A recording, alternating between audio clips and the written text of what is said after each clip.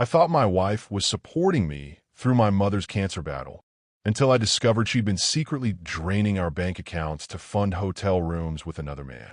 But when I found out her lover worked at our bank and had access to all our financial information, I realized this betrayal went deeper than I ever imagined. How far would they go to steal everything I had left? My wife smiled at me while the doctor said my mother had 6 months to live. That smile should have told me everything I needed to know, but I was too busy trying not to fall apart. Stage 3 cancer, Dr. Williams explained, his voice gentle but firm. We caught it late. The tumor has spread to her lymph nodes. Mom squeezed my hand. Her fingers felt like paper, thin and fragile.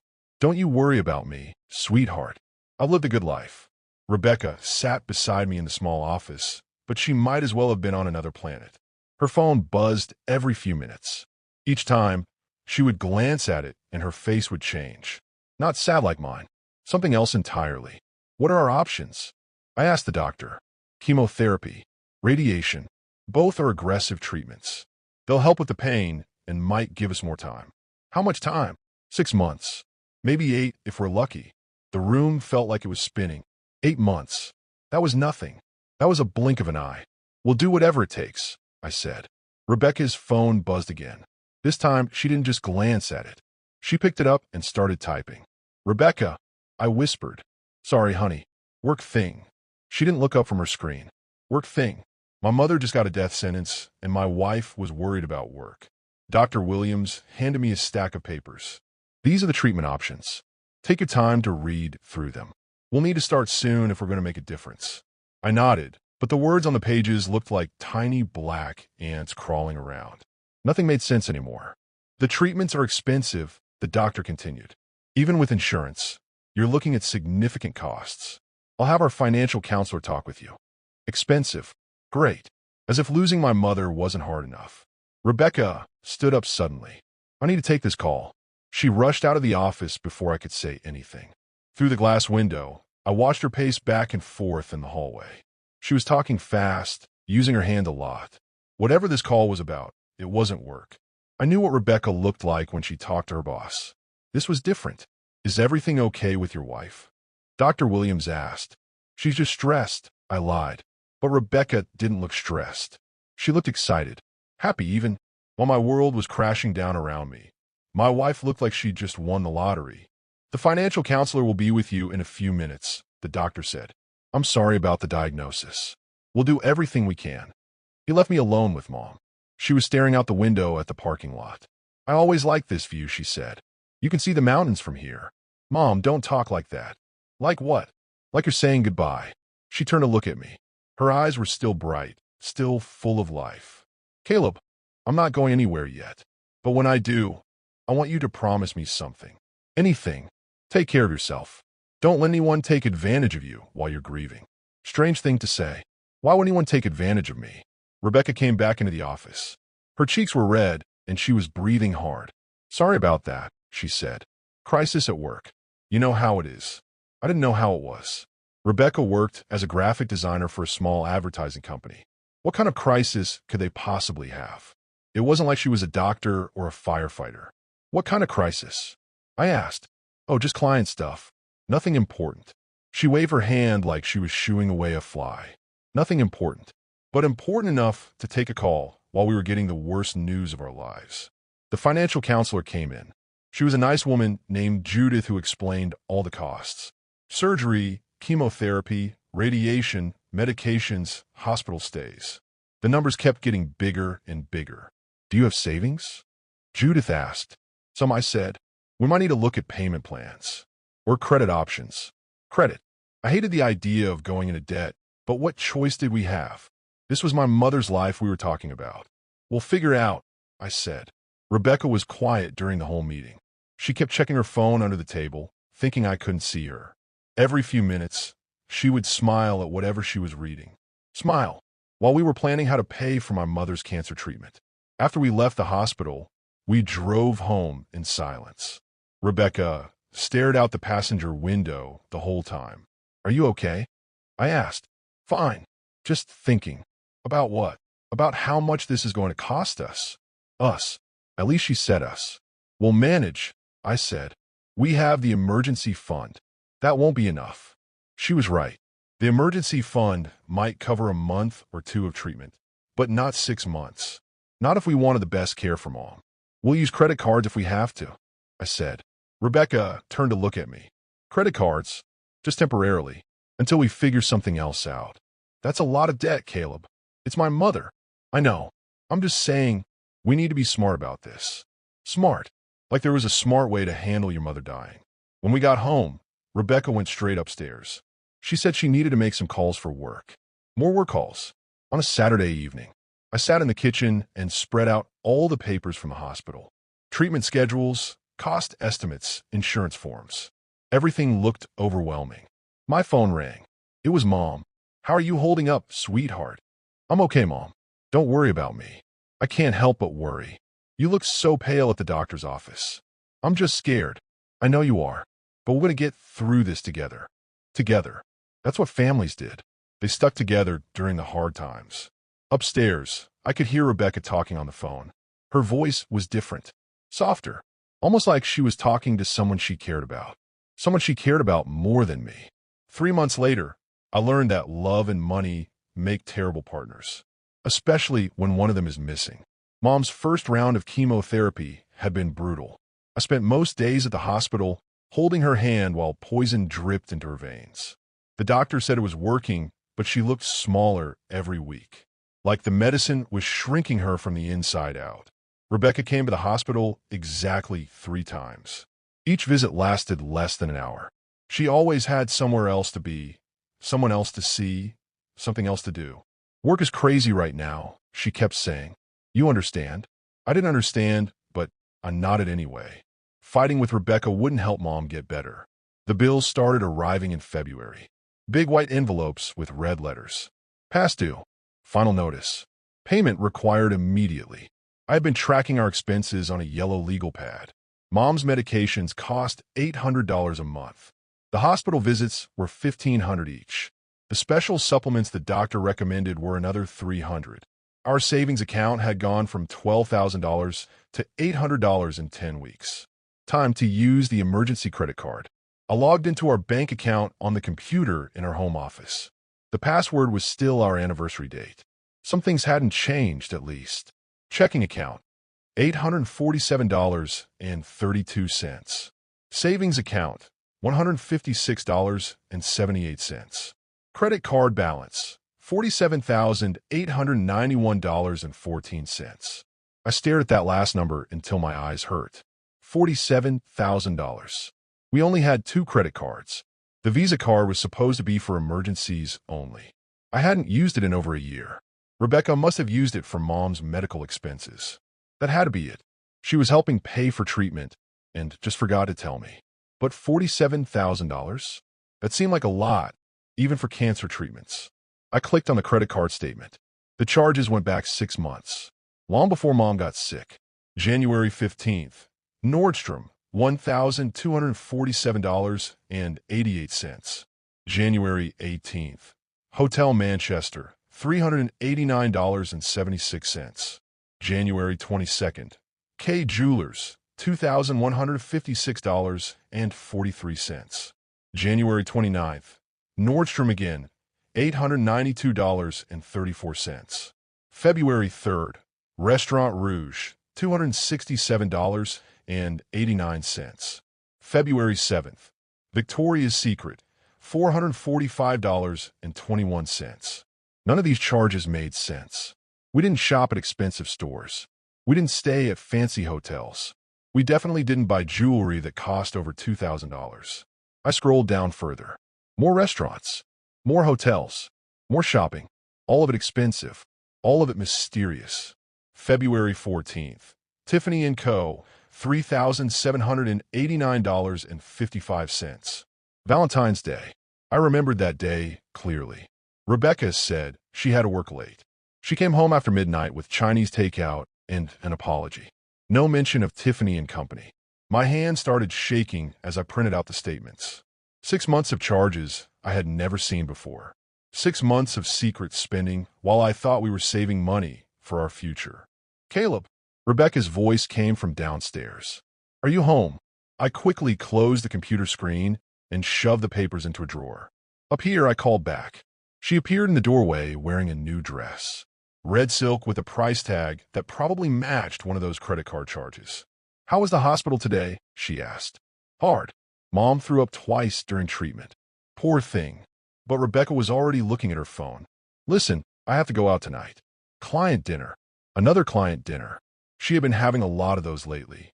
"Which client?" "The Williams account. Big presentation tomorrow." I had never heard of the Williams account. Rebecca used to tell me about all her work projects. We used to talk about everything. "What time will you be home?" "Late. Don't wait up." She kissed my cheek and was gone before I could ask any more questions.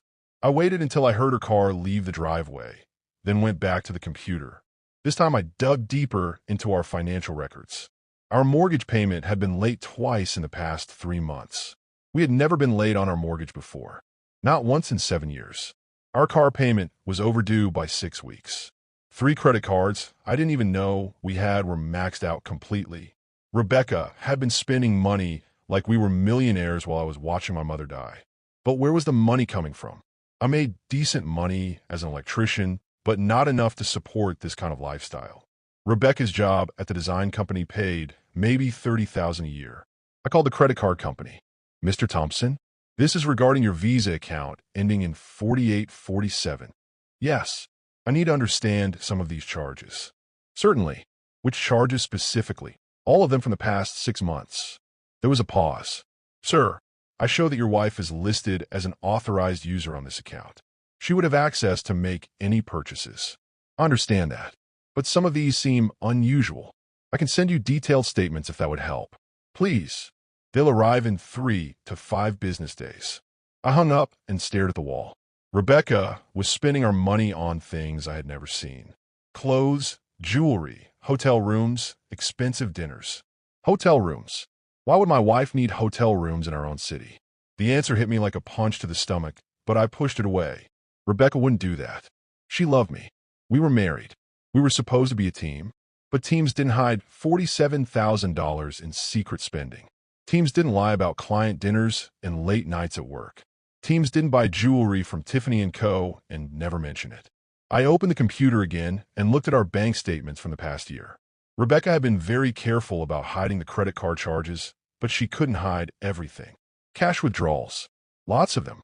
Always from ATMs I didn't recognize, in parts of town where we never went. Restaurant charges for 2 people when I was at home eating leftovers. Gas station purchases near the fancy hotel district. My wife was living a secret life, and I was paying for it.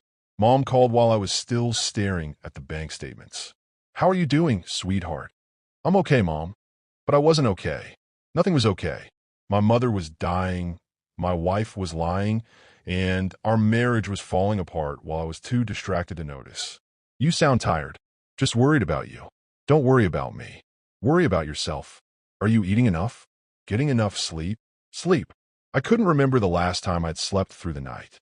Rebecca came home so late now that I usually fell asleep alone and woke up alone. "I'm fine, Mom." "Caleb, I need to ask you something." "What?" "Is Rebecca taking care of you?" Strange question. "What do you mean?" "I mean, is she being a good wife? Supporting you through this difficult time?" I didn't know how to answer that. Rebecca wasn't supporting me, but she wasn't hurting me either.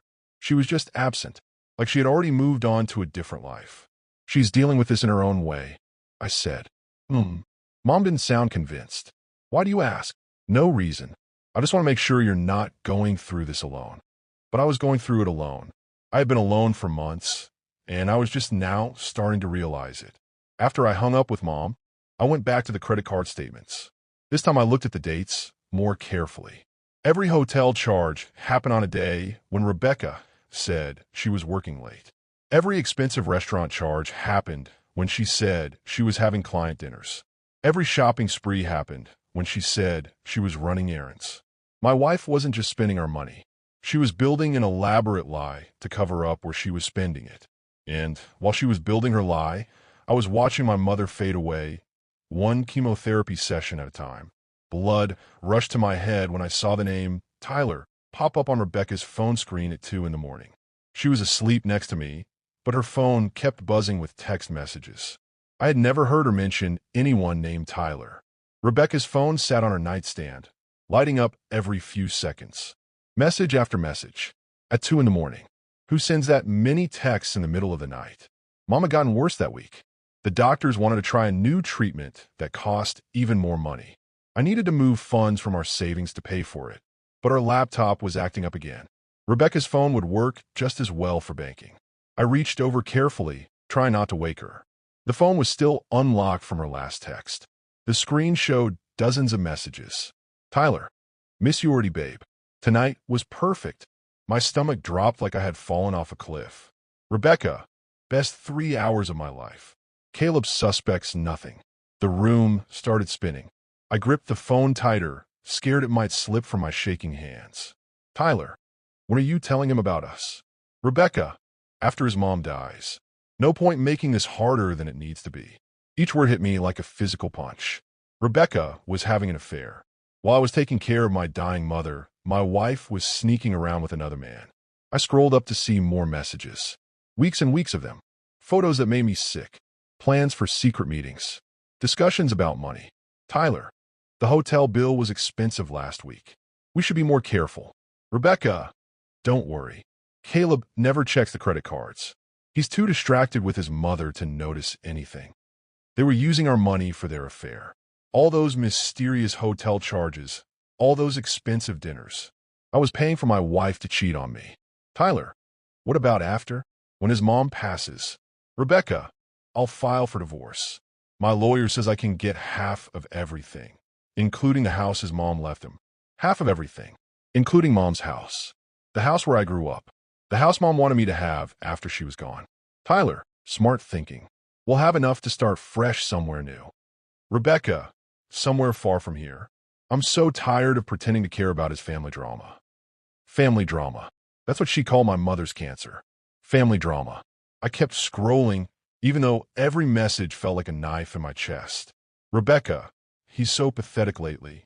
Always crying about his mom. Always stressed about money. Tyler, you're everything he's not. Tyler, can't wait until we don't have to hide anymore. Rebecca, soon. His mom probably has 2 months left, maybe 3. Then we're free. Free. Like our marriage was a prison and my mother's death was the key to escape. My hand was shaking so badly I could barely hold the phone. 7 years of marriage. 7 years of trust and love and planning our future together. All of it was fake. Rebecca stirred next to me. I quickly put her phone back on the nightstand and pretended to be asleep. She rolled over and wrapped her arm around me. The same arm that had been around Tyler just hours before. Love you, she whispered sleepily. Lies. Everything was lies. I lay awake until morning, staring at the ceiling. Rebecca got up early and took a long shower. She sang in the bathroom like she didn't have a care in the world. I have to work late again tonight, she said while getting dressed. Big project deadline. More lies. She was probably meeting Tyler again. Which project?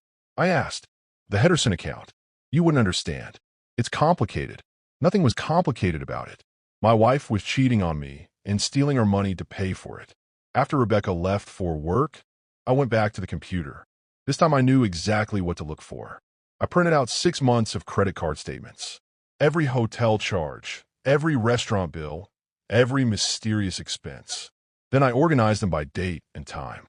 February 14th, Hotel Manchester, $389.76. Rebecca's calendar showed, working late on Henderson project. Her text to Tyler that same day, room 237. Can't wait to see you. March 3rd, Restaurant Rouge, $267.89. Rebecca told me she was having dinner with her boss. Her text to Tyler, hope you like French food.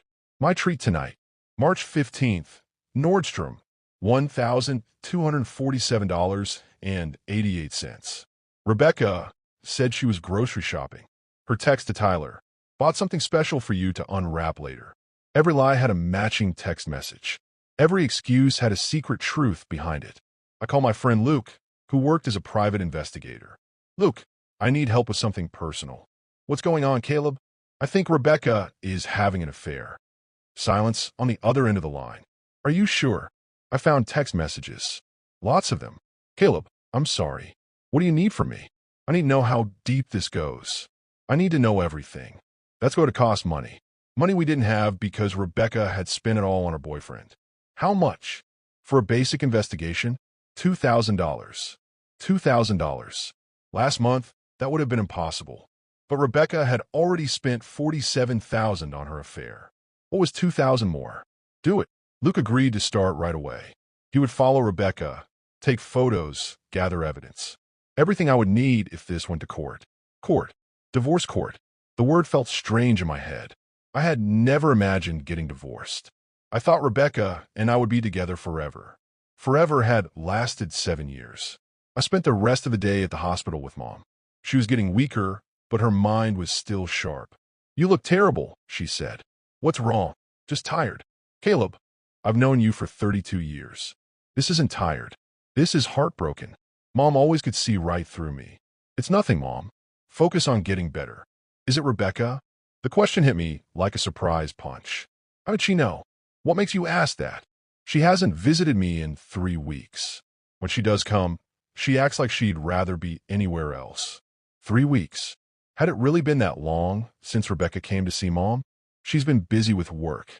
Mom gave me a look that said she didn't believe that for 1 second. Caleb, whatever is happening, you need to protect yourself. From what? From people who would take advantage of you while you're grieving. The same thing she had said at the doctor's office. Like she knew something I didn't. Mom, what are you trying to tell me? I'm telling you to pay attention. To the money, to the behavior, to the lies. People show their true selves during hard times.